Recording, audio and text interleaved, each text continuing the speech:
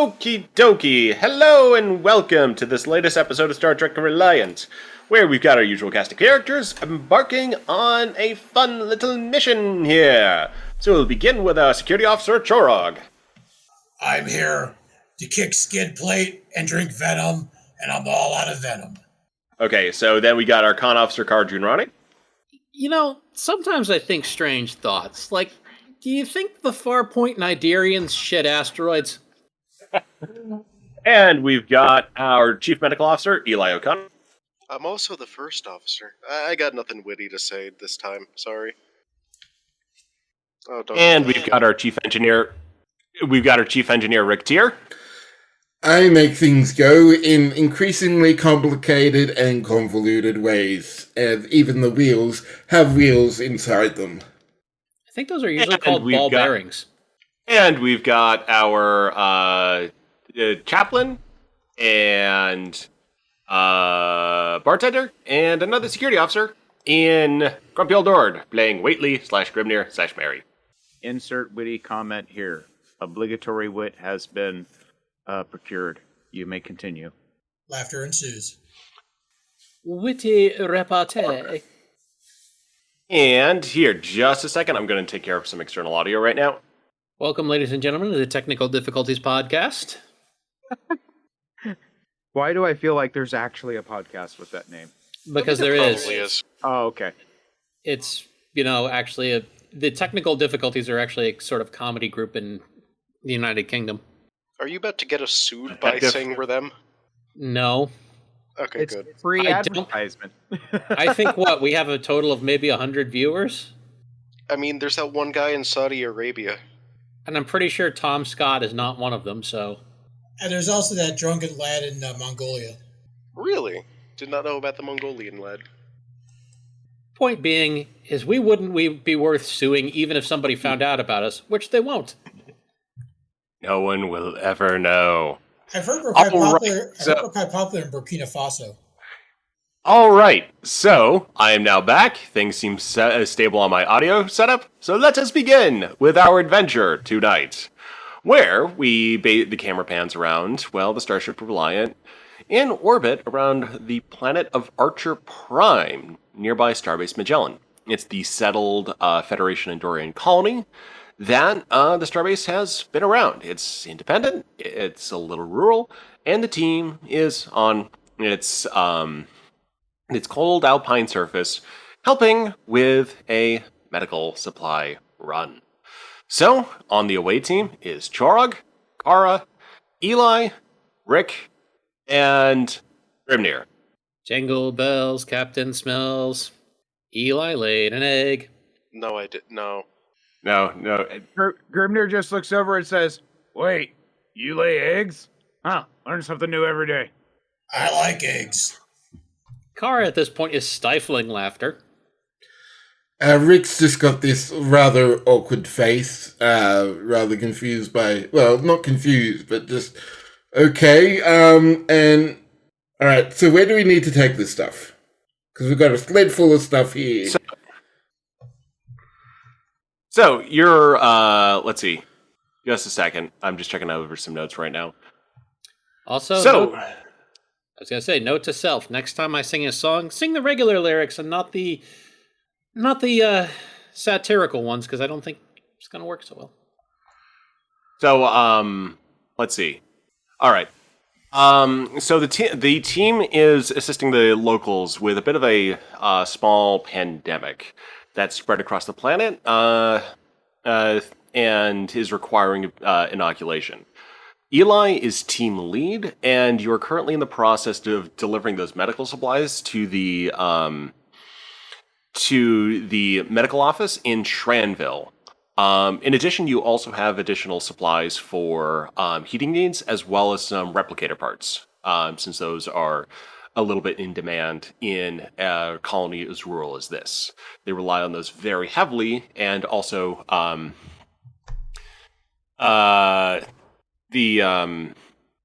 I just lost my train of thought again, sorry. They rely on the parts rather heavily and get creative with basically using small-scale replicators to do to build the larger structures, but by getting creative with how they're extracting pieces from those replicators and using them to assemble small things, which that assembles into medium things, which assemble into big things. Thus, there's a little bit of an artistic design to the buildings around you, where they have some interesting, lattice work of smaller pieces building larger structures, as it's nestled in, again, an alpine area where you got a lot of big coniferous trees around a mountainscape, and this nice little settlement in the middle. It reminds me of when I was a kid on the farm and used to build stuff with building blocks. It is rather an ingenious solution with rather limited supplies and know-how. Speaking of limited supplies, they better watch the kids around these things, or otherwise there's going to be a lot of playhouses springing up. Kind of reminds me of one of our old raider camps that we did a lot of training at. Oh, you had modular stuff? I wouldn't exactly call it modular. It was just crap we threw together to old Starship hull parts and crates and whatever we could get our hands on. It worked. That might be considered modular at a stretch. I mean, the one, I guess you call it shelter that I used to like was an old nacelle housing. Ah, warp-capable homes. They don't make them like that anymore. Grimnir just kind of tilts his head and says, "Don't we serve aboard a warp-capable home? It's just a really, really big one." Touché. He looks Right, out. really. He looks around and he says, "Wait a minute. There's some that are bigger than ours. You know what? Never mind."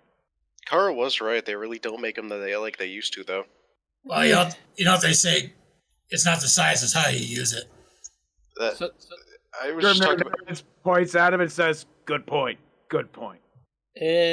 Right. So, Commander O'Connor, who do we get to sign for all this? I don't know. We're headed right to the office that should be inside. Aye, sir. I'll just keep pushing the cart. All right, we got a couple of these carts. Everybody on the cart! Come on the cart! Push! Kara looks around. I'm gonna have you guys do. Nobody but me play that game? Okay.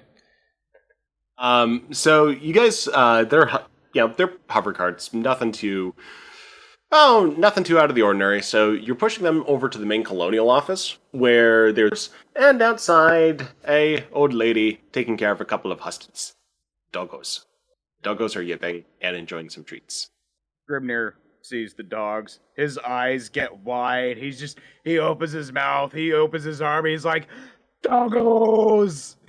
The doggos run over and start licking Grimnir. He collapses. He's just like, "Oh my god, this is amazing." I better be careful with him around Nala. I think Grimnir might be Probably. the only one there who's at least the size of the Huskies, if not bigger. I was about to say... Is that small? What? Yeah. Huskies are not super big dogs. They're medium-sized. kind of medium-sized. Not the Huskies I've seen, but okay, never mind then. You might be thinking of Malamutes. Maybe. I was told they were Huskies and they were freaking massive. Jog saying they're looking at the pets like, I miss my old Jackal Mastiff. You had a Jackal Mastiff? Yeah. Call him Stinky. What? Why would you? That just sounds mean. It was a good pet. I like to bite every once in a while, but it was love bites. Kara just kind of pushes the cart up to the old woman and says, "Hey, do you work here?" Oh no, I don't work here. I'm just walking my doggies. So nice that, connect so well to some strangers from off worlds. What can I say? Grimnir's an animal person. Almost literally. Little does Old she lady. know. The old lady nods and says, "Well, you just go right inside there. The colonial directorate, they'll take care of you all right and nice." Okay, then, so that's what we're gonna do. And you go have a nice day now, don't you hear? Oh, yes. Thank you very much. And Kara walks in, realizing she's landed on the planet Wisconsin. Don't you know? Eli brings one of the other carts inside. So inside there's a, relatively nice, large, but also fairly robust waiting room. A bunch of benches and a large desk, behind which is a small map or small embossed map of the planet Archer Prime. The attendant on station looks up and says, oh yes, thank you very much. I'm Trelawney, and I thank you for bringing these magnificent supplies here. I know, such an effort sometimes dealing with a harsh climate and, mineral anomalies here, but yes, thank you. Yes, you can put those over there, and for these, well, these are the sensitive medical supplies, correct? Yes, you have a plague going on, don't you? Or some affliction.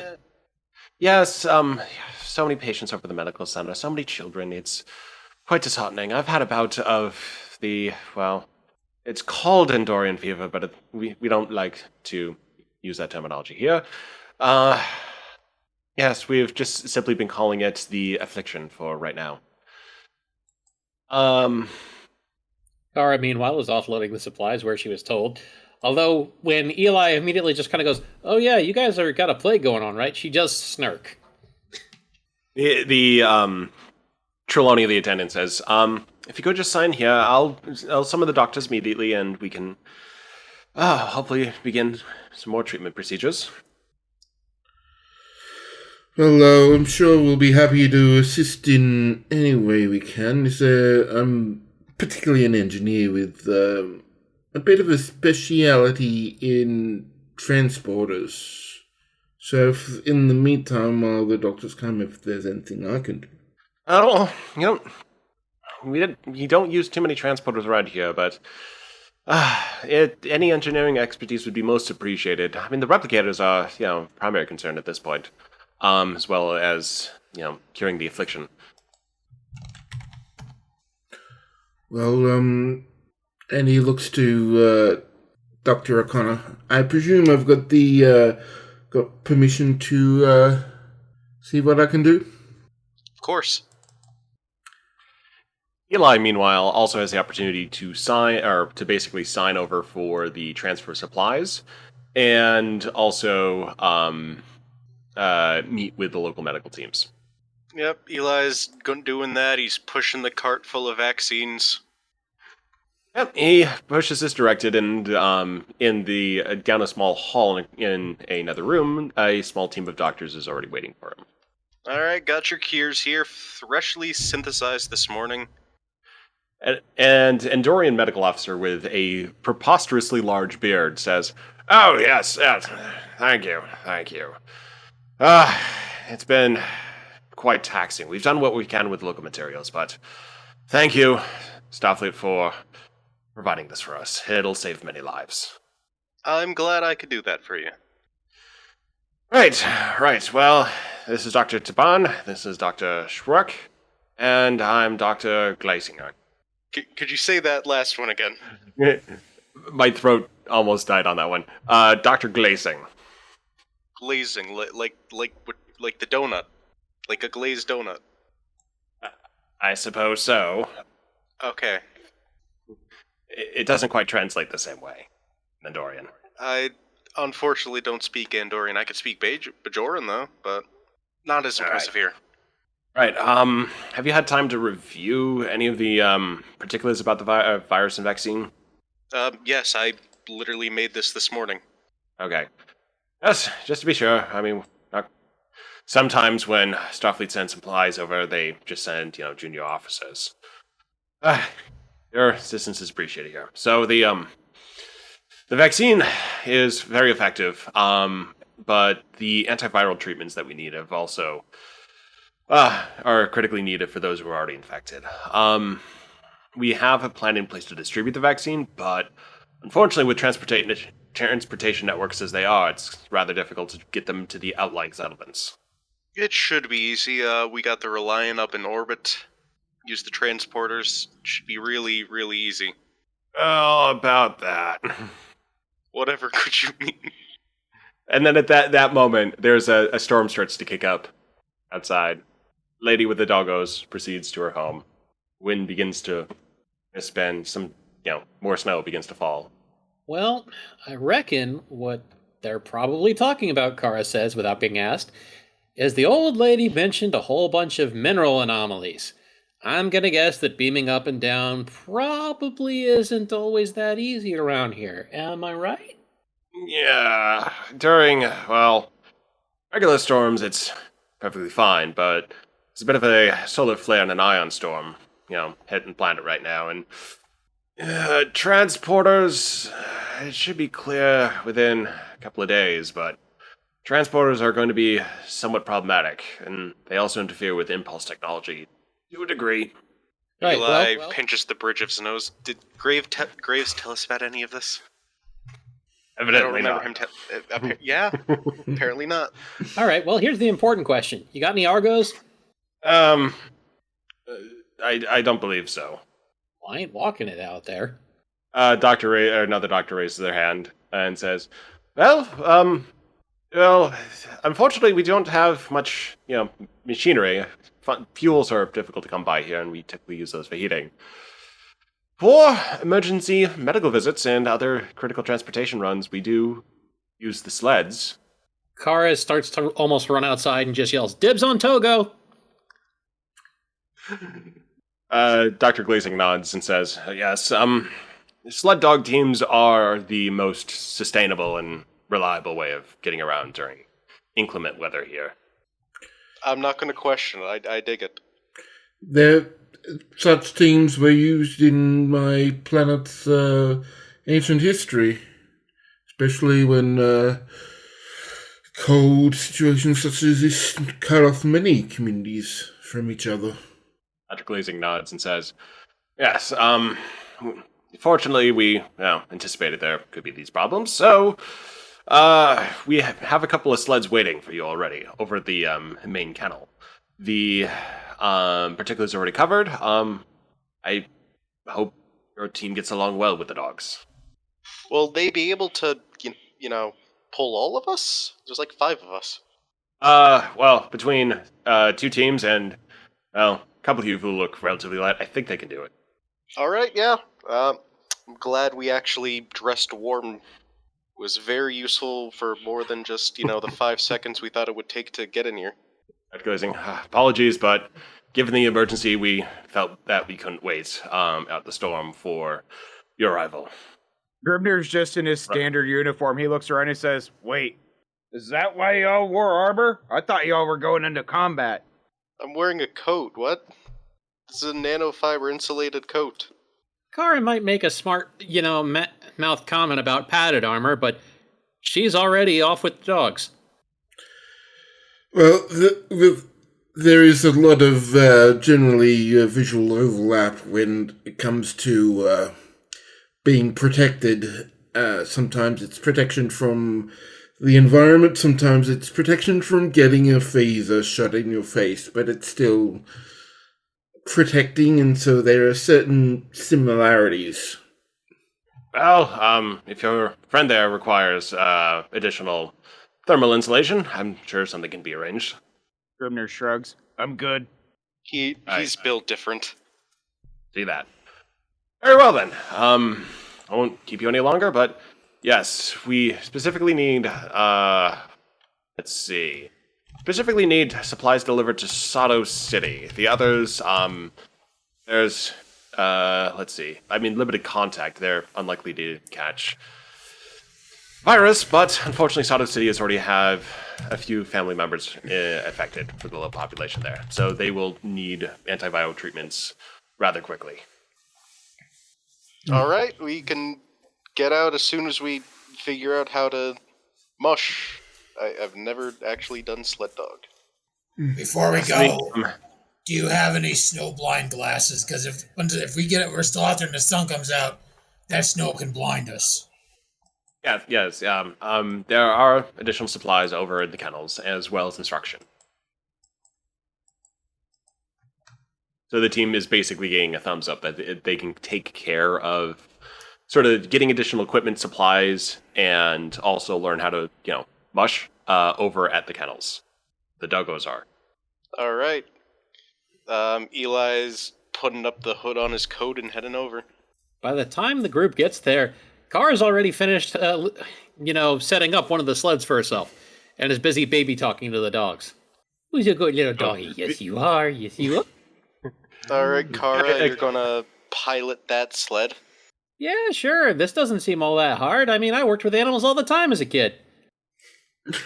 Rick will just start, organizing the logistics of it, how everything will start to fit, what goes at the bottom, just that kind of general logistics and packing. So there's a team of instructors there that are also helping to supply the sled with all of the materials you need, not only to do the trip, but also survival equipment, tents, food, rations, signal gear, that type of thing, navigation equipment. So you do have, they are sleds, but they are loaded with quite a bit of sophisticated kit, specialized for the environment. And they're also kind of giving the group a once-over about their attire and just anything, any little bits like, tuck in your boots. Here's some of those snow goggles to help with the orientation. Kara also helps, load up the things, and she's like, okay, now remember, it's not just weight distribution you need to worry about. It's what you're going to need to get to. If you put all your camping gear on the bottom, you're going to be very upset at the end of the first day. I've gone camping, so I know that much. Well, when it comes to the medical supplies, put the vaccines underneath the antivirals at the top. The antivirals might be necessary in an emergency as soon as we get there. Agreed. That's already how I was packing them, but... Trolloc walks up with an armload of furs. You might want to wrap the vaccines and other sensitive stuff in these furs. Keep it warm. You don't want that stuff freezing. Yeah, I think the memory foam they came in is pretty good. The casings are hermetically sealed. They should be fine. They're temperature controlled. Do you want to take that chance? We don't know how cold it's going to get out there. These can survive a shuttle crash. I'm pretty sure they can survive a little bit of cold. Yeah, and honestly, if the cold can overcome the seals on these crates, furs ain't gonna help. We're all already dead. Suit yourself. And the planet Archer Prime, I mean, it's cold, but it's not, that cold. It's not Ruapente cold. Okay, so let's figure out teams. I'll lead one sled, Kara, you captain another. And I feel like Grimnir should get his own smaller sled. Grimnir, you're a big guy. I'm not that big. Are you trying to make me self-conscious about my weight? No. The instructors at that comment are already preparing Grimnir his own team of doggos. Grimnir, I have never seen a person who doesn't have to look up to you in a literal sense. You're big. Point taken.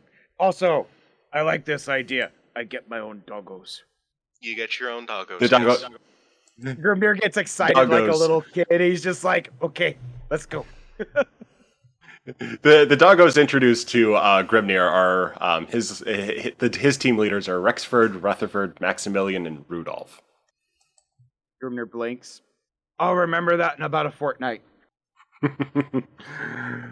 The head instructor, a slim Endorian woman says, "All right, now, if you want them to go, I mean, there's the simple command line, mush, and you've got the reins here, and you can kind of give them a little bit of a shake to get them started, and of course you can pull back to kind of draw them to a close, but you definitely do need to lead with a little bit of personality. They are very social animals and are very well attuned to working as a team with you." All right. Makes so sense. the team leaders now get to do a little bit of practice at the behest of the instructors, and basically you're all going to give me, or the team leader specifically, so Kara, Eli, and Grimnir are going to give me presence command roles, trying to get the dogs' attention as they're hardest up. Great. So not even my focus is really going to help. So Grimnir is going to do a thing. He's going to use the animal allegiance shout to basically become best friends with the dogs. Nice. Run, Meta. Come, we ride. The dogs immediately respond to Grimnir and are basically, perfectly in line. Kara is half distracted by wanting to pet the dogs, but apparently she does okay. Dogs are slightly unruly, but are, getting in line. And, similar thing with Eli. Did I not do it right? I did not do it right. Yeah, they It's changed just the slash commands a long D20. time ago. There we go. Yeah. So, again, Eli and Kara are starting to get the hang of it, while Grimnir is now, he isn't perfectly in sync with the doggos. He's standing on the sled, his arms out wide. He's not even like holding the reins or anything. He's just like he's singing in Old Norse. We ride through the hills of the snow. We shall show these milk drinkers who we are. He is really excited. The instructors are taking pictures of Grimnir as he does this. And just a reminder, everyone, before we get going, just you have been keeping up on your cold weather survival training, so we've got this. I mean, Right, some of us Chorog avoided. All right. Some of us avoided Ryza by being on Hollow Andoria, so I think we're fine. I was about to say, meanwhile, Kara's just learning how to sing the Sovngarde song from Grimnir. So at this point, the team is kind of, they're kind of coached into how to get the sleds moving. The large doors are opening, and you start to get underway. Now, Chorog and Rick, you've got Kara's sled and Eli's sled. Any particular choices on which one? Eli's sled has more medical supplies. Kara's sled has more survival supplies. I'll go Kara. Yeah, I was about to say, I saw that coming. Dang, I was Team- gonna say Chorog, come with me. I was going to say team violence. I mean, Eli has command, though, so if Eli wants to make a command decision. Also true. Yeah, Chorog, you're coming with me, dead or alive. Okay, Rick, come on. Yeah, I'm going to learn about animals. This will be fun. well, let's go, Kara. We can do this. Kara just kind of waits for the doors to be open, checks the compass to make sure everybody's going in the right direction, and just call out, "Hi!" So the sled doggos get underway. The doggos are really excited. It's cold. It's their preferred temperature, and the doors are opening. They're rearing to go. So with that, let's go ahead and give more presence command rolls for the group. Is there, can't I use control or something else? Yeah, I'll allow Khan in this. I was about to say, because Presence Khan. you literally could 'Cause you're- only get worse that roll by 1 point for me. Okay, so presence Khan, but later, if you're having to do more fine maneuvering, you can throw control in there. This is just basically motivate the doggos, get them to go forward. Nothing too fancy. You don't have to roll it, Chorog. Yeah, it's only for the sled team leaders. I mean, Chorog and Rick have they are basically the Your passengers. the rear pilot in an F-14. That's basically your role. Your job You're is on hang the on sort and of don't the- fall off. So I'm the radar intercept officer. I'm the Rio. Pretty You much. also have Yeah, your so hands. basically you're I was about to say, you also have a hand free for a rifle if we need one. I'm Goose. and also navigation, keeping a lookout. So the teams get underway. Eli and Grimnir's team are right at it, and Kara's team stops for a moment, has to sniff a few things, meanders a little bit, and then sets off as it sees the team sees the doggos tear I off. was about to say, meanwhile, Kara's just desperately trying to go, on by, on by. Oh, come on, guys. They're going. The some of the settlers are right from their risingly inclement weather, waving the team on, cheering, saying "Go get them!" and come back with the doggos. Kara Various just kind of looks over her Wisconsin shoulder and aspect. just looks to Rick. But do they think we're just going to leave them there when we get there? Well, I love their doggos. I guess so. I mean, we're not going to leave him there. Kara shrugs and returns all her attention to mushing. You mush towards a what might be a road in the summer, but now is a kind of a wide path through the forest and mountains, leading towards the settlement of let me just double check, Sado City, where you'll need to deploy the medical supplies. Meanwhile, up in Reliant, Graves is on the bridge, watching the view screen and the view of a ion storm kind of dazzling against the atmosphere of atmosphere of Archer Prime. Sipping a hot coffee. Well, since it's at the control station.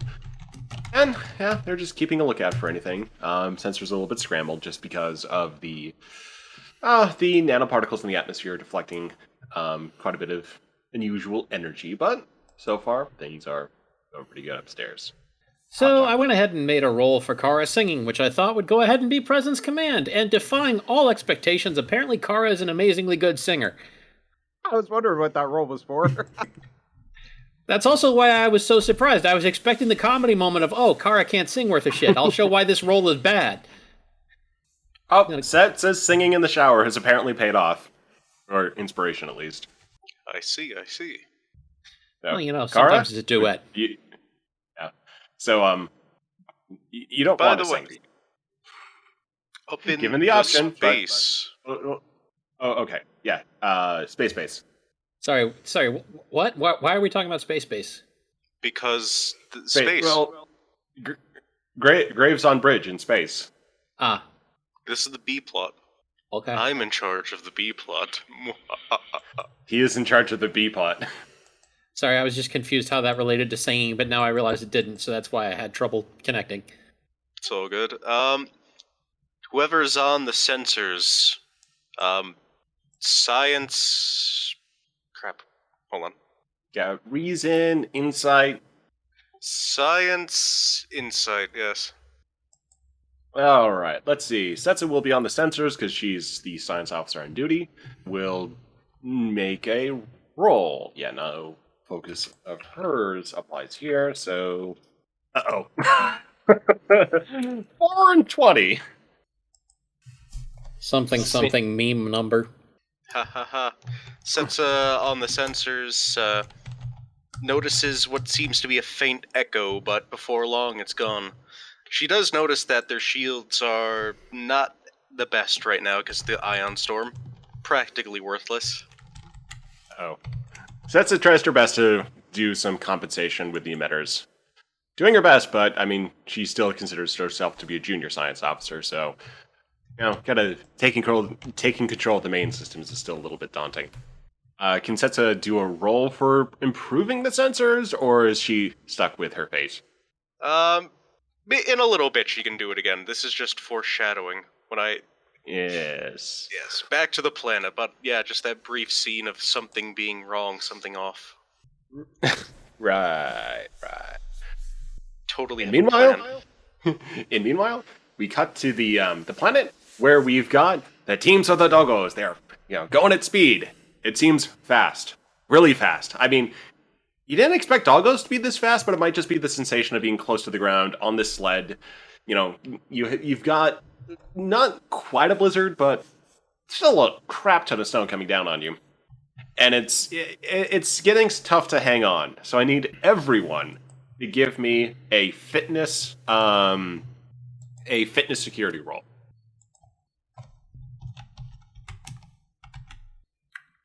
This wouldn't be counted as survival, would it? It's close enough. I'd say, yeah. Give me a minute, my mouse is locked up. One for Kara, one for Chorog, one for Rick, and 2 for Eli. Proving once again that I can only roll well when it doesn't matter. So, we'll cover Grimnir sled in a minute, but for the other sleds, it's hard going for most of you. So it's getting used to the motion, getting used to that pattern, that rhythmic.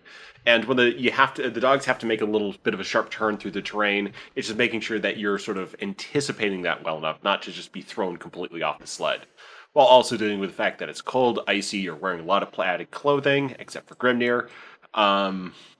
And yeah, Eli though, he's got the groove, he's already in it, he's having a great time. And Grimnir is, he's just incandescent. This is just his realm, his environment. He is one with the doggo sled. Grimnir is in his happy place. Moisturized in his lane. Doggos, they go, going fast. Kara just kind of pulls the goggles down and just keeps singing. She doesn't give a shit. Eli is screaming like, "Woo, yeah!" I'm not doing it like full volume because I have neighbors, but It's also hard to do that on mic. Trog is keeping a wary eye on the horizon, watching for any kind of trouble spots. this is just like surfing, kinda, or longboarding. You ever do either of those, Chorog? Not as such. Well, I gotta get you to try it sometime. I mean, I have used a corpse to slide down a mud hill once. This just got dark. I was gonna say, I'd say that counts. Meanwhile, Kara stops her singing and laughing just for a moment to kind of shout back behind her. You okay back there, Rick? You didn't fall off, right? I think you're still there, but part of me's numb. Oh, and it just sort of like temporarily loses a bit of grip. No, and you feel like a light tap. No, I'm good. For the navigators, I'm going to have you do a insight con roll. Oh, this is my literally low score. So this would be for Rick and for Chorog. What is it I'm rolling? Insight con. Which I think is the first time we've ever done that combo. So one for Rick and one for Chorog. You start noticing that the terrain up ahead is getting quite a bit more foresty, so it's getting a little bit harder to make out where the path and the road is relative to the forest gate. So, I mean, it's providing a little bit of a physical hazard here. Trog sees the upcoming terrain, so I think we ought to stop and maybe I should go ahead and scout ahead, make sure we got a clear path up there. You definitely need to slow down anyway. We're coming up to forests. Alright, let's try to slow him down.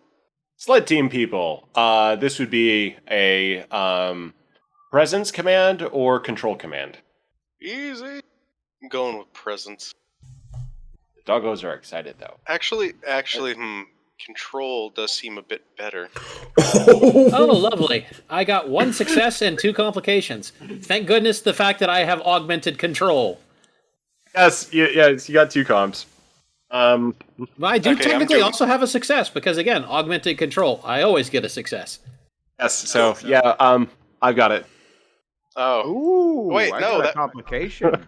I was so confused because we posted at the same time and we got literally the same thing. Oh. Everyone got complications!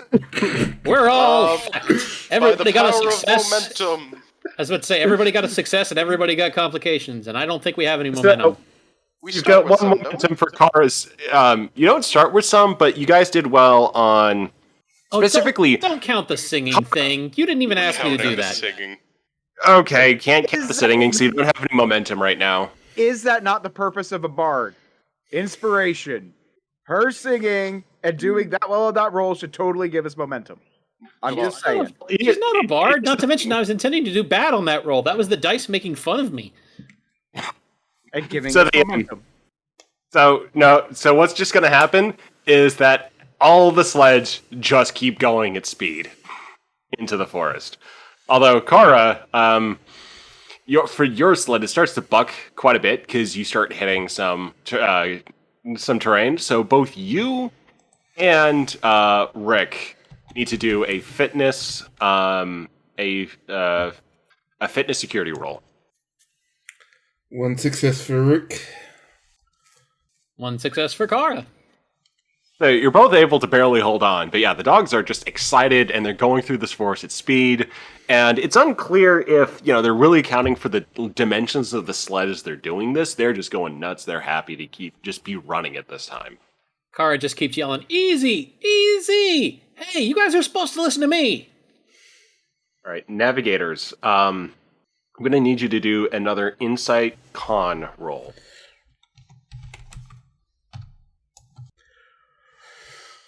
Two successes on my worst combination. So just waiting on Chorog. What was it? Insight con. Insight con. That's what it was. Okay. Of course. All right. So one success for Chorog, 2 successes for Rick. Rick, you're able to keep sight of the other sleds very well. Chorog, it's difficult to kind of keep an eye on everything, but you are able to sort of, signal enough to maintain the cohesion of the convoy. So you guys aren't like fracturing off into the forest at this point. But there's still that problem of the dogs are still really excited and still need to be brought down to a more reasonable pace. Kara's just shouting, "Easy! Easy! Look, I got a phaser pistol and I'm not afraid to use it, alright?"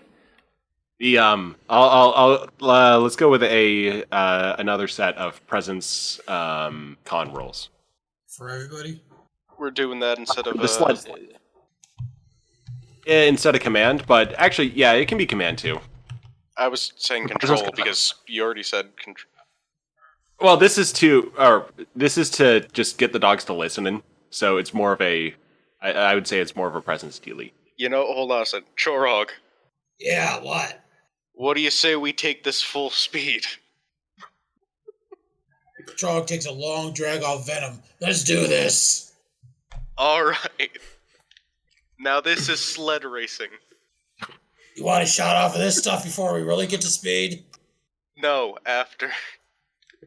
Now can I use control command? Yes, now it's very much a control con roll or control command. On the other hand, that should also hurt cohesion, since everybody else is still trying to slow down.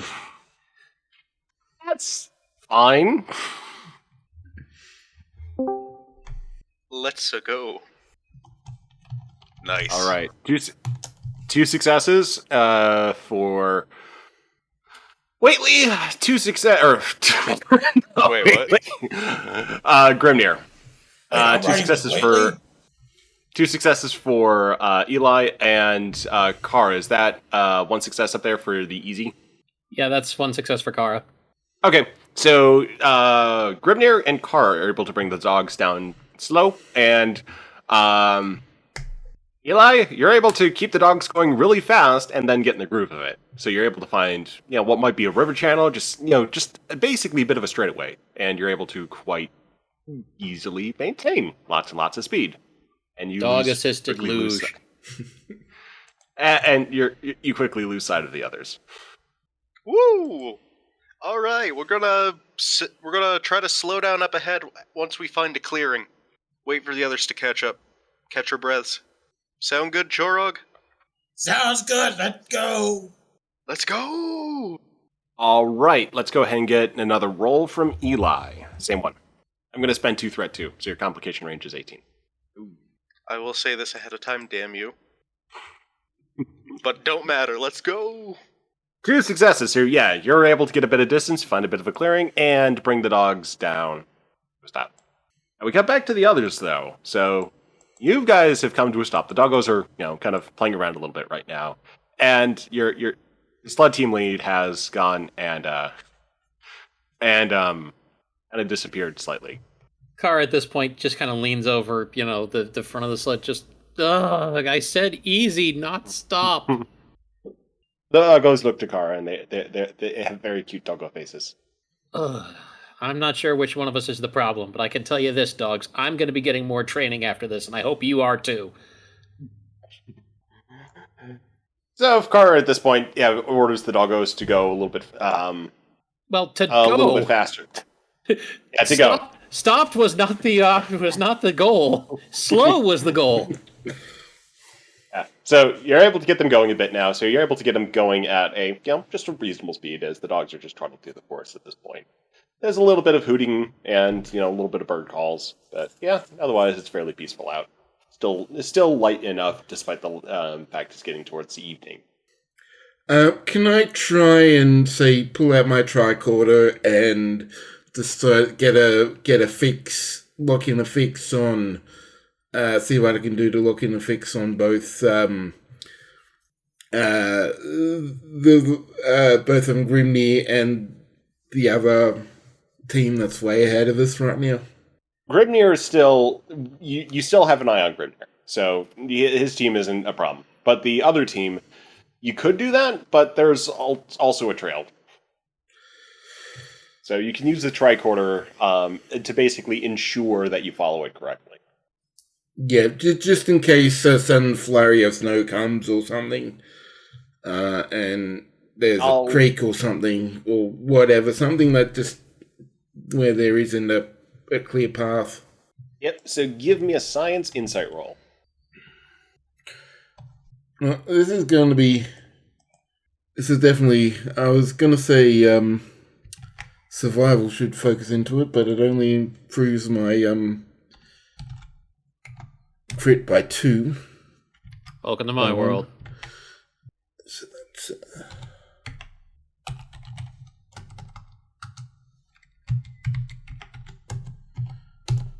Okay, didn't respond to that. Let's try again. While we're waiting for Magiel to work, ladies and gentlemen, DB Wells. He's just listening at the moment. Oh crap! I didn't see that. Results He'll are be in. joining us shortly. And 1 success, 1 complication. You think you're able to follow them all right? I'm using for now. I'm using the main trail as the clear with only the tricorder as the backup. Yep. Well, the tricorder's now, as you're following the trail, the tricorder's now starting to do some weird stuff. It's telling you to split when obviously you shouldn't split. So it seems like the tricorder isn't going to be of much use at anything other than like immediate range, given the particulate in the atmosphere and how that's interacting with the ion storm. Oh, he sort of just grumbles at himself and clears the lock, and just keeps an eye out on things as they start to go past again. All right, so you guys are able to join up together. And yeah, I mean, it's the others are just kicking back, enjoying venom if desired. And the doggos are just kind of relaxing, chilling, laying down. Though they're starting to look a little bit hungry, like they want some snackies. Let's give the dog some snacks. Well, I brought these.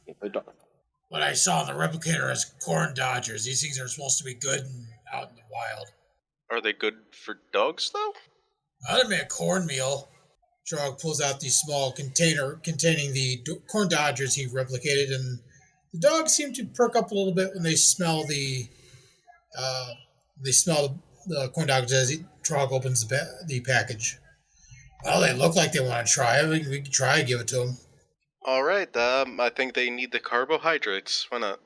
Trog offers one of the corn dodgers to the lead dog, and the dog happily accepts the treat. Oh, he likes it. Wonder what kind of wildlife is on this planet. Kara looks up at some of the strange birds in the branches. The disorienting kind. Eli looks up. What's wrong with it? I don't think owls are supposed to smile like that. Oh, God. I mean, it's a big universe. Right, I'm just gonna be over here slightly creeped out, okay. I mean, I'm creeped out too, but they're alive. That particular owl eats berries. It's a peaceful creature, despite the fact that it is smiling at you. With a very broad mouth. I mean, if you guys are hungry, I could make that thing dinner. No. You know what? The only thing I think I like worse than the idea of it eating me is me eating it, so let's not do that. Not gonna lie, I'm not a big fan of poultry. Suit yourself. Except for turkey. You do have plenty of supplies in there. And with your sled team, too, so you don't have to resort to hunting yet to find your food. Kara, takes the time to let all the dogs loose so that they can run around and do this and that, and sets up a bivouac tent, and then starts digging for rations. Well, Rick here. You guys doing that? I'm going to see the security arrangements. You brought a tricorder. I seem to have forgot one. Can you see what kind of local wildlife we have?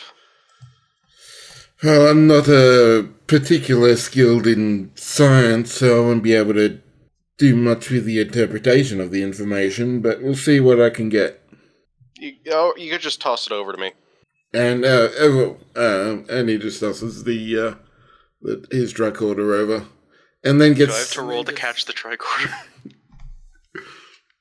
I'm gonna set up my shelter near the edge here so I can keep an eye out for any kind of security situations. Rick's also going to set up his shelter, but I think someone wants to know if they need to roll to catch the tricorder. Kara, meanwhile, has dug through the rations and pulled out some stuff. She reads the label. Okay, this looks good. Meat pies. Does anyone want to try building a fire? Well, I was asking if I had to roll to catch the tricorder. Well, not only that, but shouldn't we have supplies for heating food? Yeah, you've got full set of camping supplies. So I mean, just anything that you would. if we really want to rough it, I could heat up a couple of rocks. I mean, once all the Rick's gone and made sure all the tents are up, he'll start working on the fire. Well, Kara, meanwhile, just sets up a camp stove, because if you have technology, why wouldn't you? Charles can help with that. He has pyrotechnics and improvised construction. I'm just going to assume I catch the tricorder. Yeah, you catch the tricorder. All right, I'm going to scan for wildlife. Scan away. I hope you remember the notes. I have them up here. I'll help set up a cooking area. All right, you said insight science. Does Ions. xenobiology count for focus? Oh yeah, absolutely. Your successes. Eli, you detect mammal life signs. And you know where they are. You got a pinpoint reading. A little fuzzy given the ion storm, but you know there's some mammals out there. Fascinating. What'd you find? Where'd you go find them? Some mammals. Dangerous or otherwise? Let's go see. Unless you're busy. Go investigate. No, I'm good. Trog said he grabs his disruptor rifle off the sled. Let's go see what we got. Let's try not to kill it, but all right. I mean, if it comes at us, I'm going to try to scare it off. Fair. All right, let's go forth.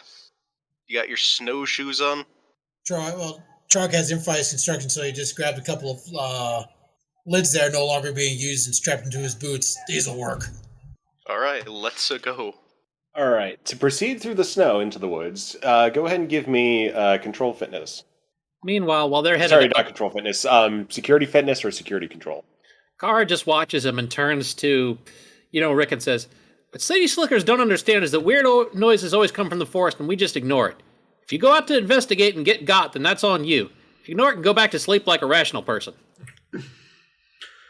That's part someone to go deal with it for you. It's part of the reason why I set up camp, so we have not only a central place to congregate, but also something to chase any of the more unwanted guests away.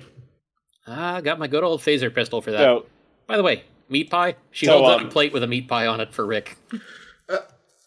And thank you. And he starts to bite. It doesn't bite into it. It just sort of puts it in his mouth and jumps down on it, being well,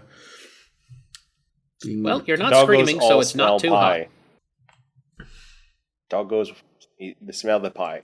But as you guys are dealing with pie, Chorog and Eli, they're able to avoid the really deep bits of snow and are able to make a little bit of progress into the woods.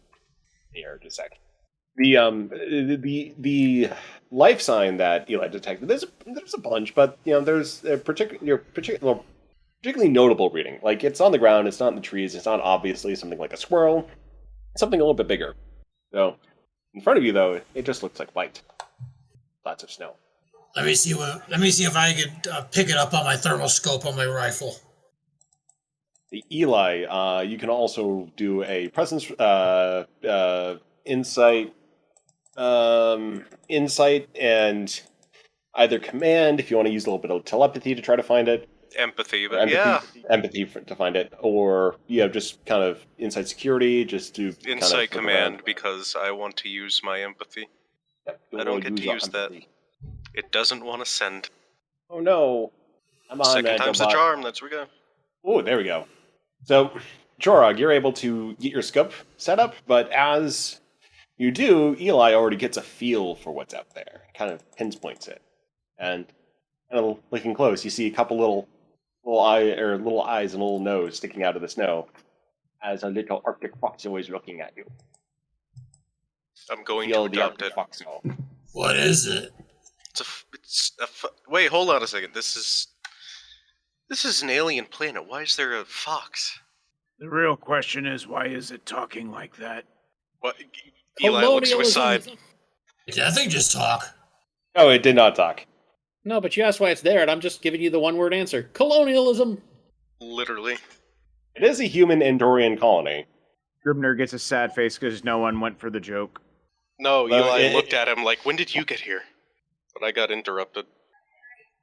Trog's staring at this thing through the scope. I don't think this thing's a threat. It's not. It's a fox. I want to pet it. Eli, with his empathic connection, already has, he's already in tune with the foxo. The foxo just is curious about Eli. He kind of scoots forward a little bit. Psh, psh, psh, psh, psh.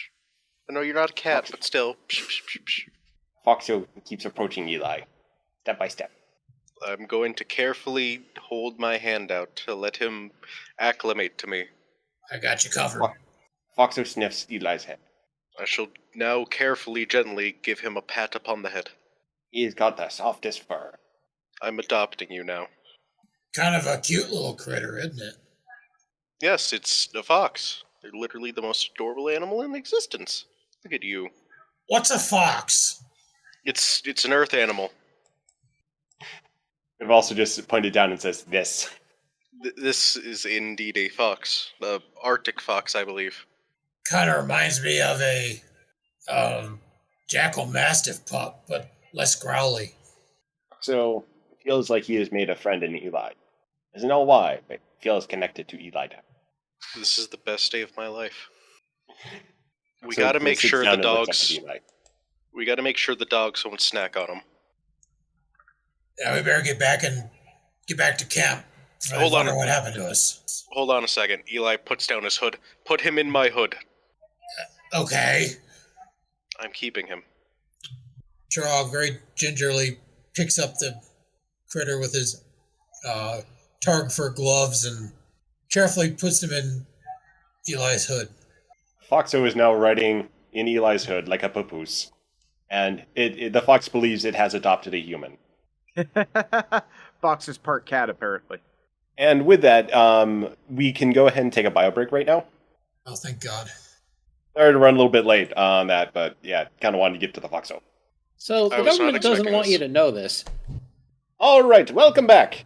And we've got a little camp set up. So people have pitched some tents. The doggos are fed and happy, and they're just chilling around. They don't mind the cold, so they're just kind of forming little nested bundles of doggo. And Eli's made a new fox friend, who's now Eli. riding like a papoose. Eli comes back to the little camp with his hood down, trying to, hide the fox. Fox the hood. is hiding well. He is enjoying the ride his human is giving him. Which is probably just as well, because Kara would insist on it having all its shots if it was going to be around. Well, they've got some medical supplies. Right now, my cat's in the background, so... Hello, little fluffball. We're providing ambient audio. So, yeah, the night is peaceful. The smiling owls in the trees are giggling to themselves. What? Man, that's creepy. It's just the noise they make. Those things are Occasionally make creepy. horse neighs. Trog fire the disruptor into the air to scare him off. You got it. Warning shot. The John warning Paul- shot is given in the... Trog pulls out his disruptor pistol and places a few very carefully aimed rounds into the air. And you're able to scare him off, and night is, peaceful. So in the distance you hear a... We didn't hear anything. It's a dead quiet, we heard. Oh, okay, I heard that. That was... Anyone else hear that? Unfortunately. You guys stay here, I'm going to investigate. Remember what I said earlier about strange noises and going out in the woods? Kara, meanwhile, just cleans up after, dinner and is getting ready to go in her tent. Hey, sit. Hold on to that meat pie, I wasn't done with it. Grimnir says, "Oi, you want me to come with?" Yeah, you better be my backup, I don't know what that is out there. Grimner fun. gets So up. you guys. What's that, Duncan? Oh, I was gonna let Nick go. I was just telling him to have fun. Well, Nick does have a new furry friend to take care of. In his tent, the doggos will not see the fox. Eli pours himself a cup of coffee by the fire before taking it to his tent. Hopefully nobody's noticed the fox. He's not going to try to notice it. I'm gonna try and notice it. Come on, Grimnir, let's go see what we got out there. Insight security, I guess. Yeah, inside security. You notice, like, the back of Eli's hood looks a little bit big, but, I mean, could just be the light. Or the lack thereof. Yeah, he doesn't, Riggs just doesn't, just sort of turns back to the fire, and he's just sort of, like, just chilling. And, he's gonna start, just recounting start telling a story of, one of his, like, people's folklore stories. As he does, Chorog and Grimnir proceed off into the off towards the direction of the sound. So go ahead and give me insight security rolls. I'm going to spend 3 threats, so complication rating 17. Ooh, okay. Spicy. I forget. How do you do complication? Oh, we can just manually interpret it. 2 successes for Grimney. Grimney. So, I was about to say, Car's going to call him that from now on. Grimney. Grimney. Well, I'm used to calling him I'm used to calling him Grimmy for short, and so I was trying to say Grimnir, and then my brain was like Grimmy, so it came out Grimney. At least it's not Grimbo. yeah, so Setsa can definitely start calling Grimnir Uncle Grimney. Okay, he would find that adorable. So you're able to spot just shambling in the distance by the tree line. It's just a white humanoid figure, completely kind of caked in white. It's difficult to make, but with the movement, you're able to see something walking in the distance. Grimnir shouts out, "Oi! You alright out there?" Identify, friend or foe.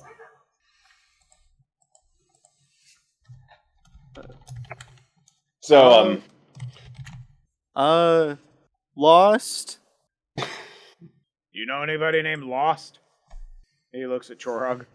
No one I know named Lost. Strike one, pal. Better give me some positive ID.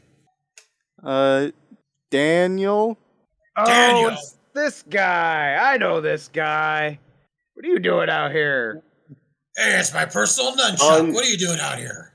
John pops up from the snow immediately and goes, Oh, that explains what he's doing here. Yeah. Come on, you two captains, this way. Let's get you warmed up. You can invite it too. Grimnir looks at Daniel. You didn't bring the sword with you, did you? You know what? Can I just roll to see if Daniel would have just like been like, you know what? Why not? I mean, why? Like, go ahead, Duncan. So the background for Daniel being here is that he and John decided to take a little bit of a field trip to survey local wildlife in order to help Setsa out. So they are here for completely unrelated reasons to the mission. So if you think you might have brought the sword on a survey with John, Okay, probably not then. I he think probably doesn't have the sword. And then I think the real question of that situation is, does John know about the sword? Because I have a feeling if John knew about the sword, he'd be like, and bring the stick. We might need it. not for what they're doing right now. Okay. So turns to Grimnir Daniel, says, though, he Go ahead. just to set the scene for Daniel. So John is in he's got a little tardigrade sweater on, a scarf, and a little bobble hat, and he's got a little notebook that he's cataloging all the wildlife in. Daniel is in a spacesuit, but it's completely caked over with snow, so he just looks like a big kind of snowman walking through the woods. Trog takes his gloved hand to dust Daniel off. Says, "Yeah, we need to get you warmed up, and you look cold, man." I mean, hey, this thing's built for the vacuum of space, so it's actually pretty nice in here. Well, we best get you back to camp. If we don't, there's all kinds of critters roaming around out here. I mean, that's So at that point, give me another insight security roll, and that's available for everyone. Everyone. Everyone who's you can look at a distance if you want to. No. I'll look from the window of my tent, sure. Why not? Grimnir got 3 successes. Is there going to be a complication to look from this far? No, it's fine. Alright, what did he say it was? Insight security. I got me 2 successes. All right. Eli, you notice that, hey, Charog and Grimnir are talking with someone. Let's see. Rick, you notice that they're talking with, looks like a spacesuit, so it's probably DB. DB, might be something behind you. Charog, you see what's behind him. And Grimnir, you've known what's behind him the whole time. Uh-oh. So what's behind him? It's a grizzly bear. Oh. He's behind Charog, just kind of checking out what's up. Daniel just kind of looks over his shoulder. What? Huh? Just huh? There's a bear sniffing him. Daniel, don't move. Ah. Daniel slowly reaches back to pat the bear on the head. Gently. Grimnir was in the process of about to say, don't do anything different, because I kind of want to see how this plays out. Listen, The bear immediately rises up. it's the time old adage of if I'm gonna be mauled to death by a bear, I'm gonna get at least one pat on the head in. So you're not able to pat the head because the head is now above you by a margin. Grimnir locks eyes with the bear and says, "Don't do it." I mean, you can use your Daedric shout, or not Daedric, the dragon shout. Like, there's something about Grimnir I don't even know. Trog at this point is slowly moving his hand down to his duck tog. So, Grimnir's just locked eyes with the bear. Don't do it. so do you want to augment that though with any ability? Like you can use the animal shout. Not yet. Grimnir wants to see if he could actually legit talk it down. So, I mean, the bear right now is just kind of rising up as kind of like he's kind of more of a don't do it to Daniel. Daniel retracts his hand, but turns around slowly. Grimnir slowly puts his arm out onto Daniel's chest and just kind of starts slowly pushing him away from the bear. Trog is also locked eyes with this bear and is like, if that bear makes a move, he's charging it. Grimnir says, "Hey, Chorog, you got any meat in your pack?" Yeah, actually, hold on. Trog pulls out a container of what looks like dried meats. Toss it that away. Toss it that away. Trog, with all his might, throws the targ jerky that he had took with him way into the distance. The bear looks over, then looks back at the group. Trog's looking at the bear. Go get the food, Smokey. You won't like me. Go ahead and give me a presence command roll. For both of us, or just Chorog? For right now, Chorog, because he's talking, but again, Grimnir, if he wants to intervene, go ahead and give me the same roll. Okay. Daniel is the second assisting, that bear shows any hostility, Grimnir's doing the shout. Daniel is assisting by trying to look big. Daniel, no sudden movements. Slowly trying to look big. He's just kind of raising, his arms are just going up slowly. I forget how helping works, but... Yeah, I mean, you could do an assist, but for right now, Chorog, the situation's calm, the bear's calm. I mean, still looking, it kind of just, he stops rearing up and is still just sniffing at Daniel. Okay, Fuzzy, you really don't want no part of this. Go get the food, and we all walk away. The bear starts trying to nom on one of Daniel's hoses.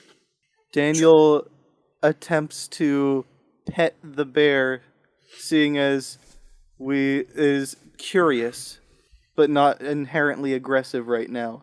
I am trying to come across as affectionate and friendly. Presence? Grimnir Okay, face so give me palms. presence. Presence command complication range 16. Where is it at? At this point, I was just kind of, thinking to myself that whenever Daniel shows up in an episode, it's like everyone is like, Daniel, don't. And then Daniel does. Damn, Daniel back at it again. I'm sorry. He's an explorer. Is there anything of value you can do in this situation? Because I have nothing ventured, nothing gained. I mean, as you a could value. use it to. You can use it to to spend your re-roll a bad motivation. die. Automatic crit. You can also get an automatic crit along with his roll. Crit. So yeah, that would be spending a point of determination in using that value. I like the crit idea because then he could still roll 2, complications. So he gets to pet the bear, but then the bad thing happens anyway. Exactly. I'm nothing ventured, nothing gained. So does that just mean like one of them? Yeah. One of the rolls is just counted as a 1, or No, you're still doing your rolls, but on top of your rolls, you got 2 successes. okay. Damn it! 4 successes. 4 you say? successes! Daniel has made a friend. The bear is liking the strange snowman. I mean, he's just kind of like, nom some of them hoses, but, it's metal, for the fastening, so he just, enjoys the patting, and it's like, it's just like, there's a strange thing here. Let's be honest. I think there's nothing the bear there's could a do to lost this. bear. There's nothing the bear could do to the suit that we can't fix anyway. It's what's in the suit that we're concerned about. Yeah, so the bear has, he thinks that Daniel is another bear and is a friendly bear. Question. Bear now thinks that, but what does Bear think about everybody else? I mean, they're just all humans. Daniel has kind of got the suit, so he looks a little bit more padded, a little bit more full figure. It'd be really awkward if Grimnir was wearing his armor, because, bear helmet and bear furs, and he's about the size of a bear. I mean, he would just be interpreted as a bear straight away. Daniel, Me and Sir Clubs, he might be. Daniel whispers off to the side. John, are you writing this down? I mean, Charles can take his mask off and growl like a bear. I mean, for the record, John isn't writing this down, but it's because it's busy memorializing it in a crown drawing. Yes, he is currently drawing a picture of the bear and Daniel. I guess Daniel just kind of chills with the bear for a bit until something happens. Does Eli notice the bear from his tent yet? I mean, at this point, everyone who wants to look and see what's going on can see that Daniel is petting a bear. Eli is busy writing up a short report regarding his new foxo before he looks up and sees, oh, that's a grizzly bear. Sec. I was about to say, you can't complain, Eli. You got a pet, so... Oh, wait a minute. I'm too taking much. him home. Whoa, that's a hell of a die roll. Oh, Okay, I did it correctly this time. John kind of climbs up on the back of Daniel, reaches out, and puts his hat on takes his little fuzzy bobble hat and puts it on the bear. Bear now has a hat. This is great. We better teach him how to carry artillery shells. Grimnir's trying Artillery his shells? damnedest not to laugh. Fuck it, teach the bear how to carry the artillery. Trog just kind of stands there and hangs his head. Everyone's getting up, buddy, but me. He's got the doggos. Everyone's got doggos. Also, Chorog doesn't know I have the fox. I was there when you He was found there. it. Oh, Yeah, right, yeah, shit. he Everyone put else him in the doesn't hood. know. If Everyone Chorog else didn't doesn't know know. that you found it, that'd be really weird. I know. Brain fart. I'm I'm sorry. the one Everyone that else put it in doesn't your know. hood. I know. I Yeah, no worries, remember no now. worries. Anybody It's else everyone want else to that take doesn't know. Anybody else want to take a shot just while we've got him on the ropes? Anybody? No, it's all good. Kick a man when he's down. Why don't you? The fox is now, cuddling up with Eli. I have no idea what I'm going to name you. The foxo is now fluffy, and he's happy to have snacks. Eli has given him snacks, correct? Yes. Yeah, he is enjoying the snacks. So, DB, you've befriended a bear. I guess Daniel Daniel attempts to just kind of like I don't know. I guess Daniel just like tries to, like, I guess Daniel will try to, lead the bear over to the fire and share food. That's don't probably think- a bad idea with all of the dogs there. I was just about to say that. Okay, never mind. I Yeah. completely didn't think about that. Yeah, so Daniel you will. can basically you can have a fond parting with the bear and not get mauled. Okay, That is right. the upper limit of the scene. Okay. That would be preferable, probably. Okay. Trog looks at Dan. He's like, "Don't think about bringing that back to the camp. Those dogs won't like it." Daniel goes in for a forehead touch, hands on either side of the bear's head before parting ways, kindred spirits in opposite directions. And the bear has a hat The bear now. the bear proceeds off, and he has a hat. He will eventually chew the hat a lot and have it as a toy in a den. So the group is free to proceed back to camp and spend the night, cuddling up with the doggos, resting up before continuing on with a journey. Tomorrow is the next time for part 2 of this episode. Is anyone going to try to notice Eli's fox? Anyone else? Kara's been asleep for like his- the past hour. Well, anyone else then? I mean, does Daniel Doggos are notice sniffing at the tent. Does Daniel notice just walking over to camp? Oh the no, window Eli. is open. The window is like, open, yeah. He's got like a little viewing port in the tent that can be open if It is open. Anyone- Eli has been watching. yeah. Trog, So you can glance in and see the fox. You know what? Daniel just kind of lies down in his suit. That's his tent for the night. Just lies down on the ground. A dog pile soon forms around him. Trog settles into his makeshift snow blind with a little heater in it just so he can keep an eye on security purposes. And I can really go for some of that coffee right about now. The pot is still there by the fire. Trog walks over, fills a tankard with coffee, and goes back to his little snow blind to keep an eye on the surroundings so everyone else can sleep and he can keep an eye on security. One last question. Where is John? That is a good question. Where did John go? 2 sets of tracks lead away from camp. One belonged to a bear, the other a much smaller creature. I think the Much problem smaller is bear. the problem is John can be wherever he wants to be. So Well, I was actually going to throw in, if he stuck around, that he actually wouldn't be able to spore jump during the storm because it's just so disorienting. He's sending But the yeah, bear to he- Chicago. better than Detroit. So, John is walking off with the bear, and he's going to go have an adventure with the bear. That is why we cannot spore jump. Yeah, thanks for joining us tonight, and yeah, we'll be back in a couple of weeks with the continuation of this adventure, where we see what's up with space, and Yes. what's up with the rest of the trail ahead.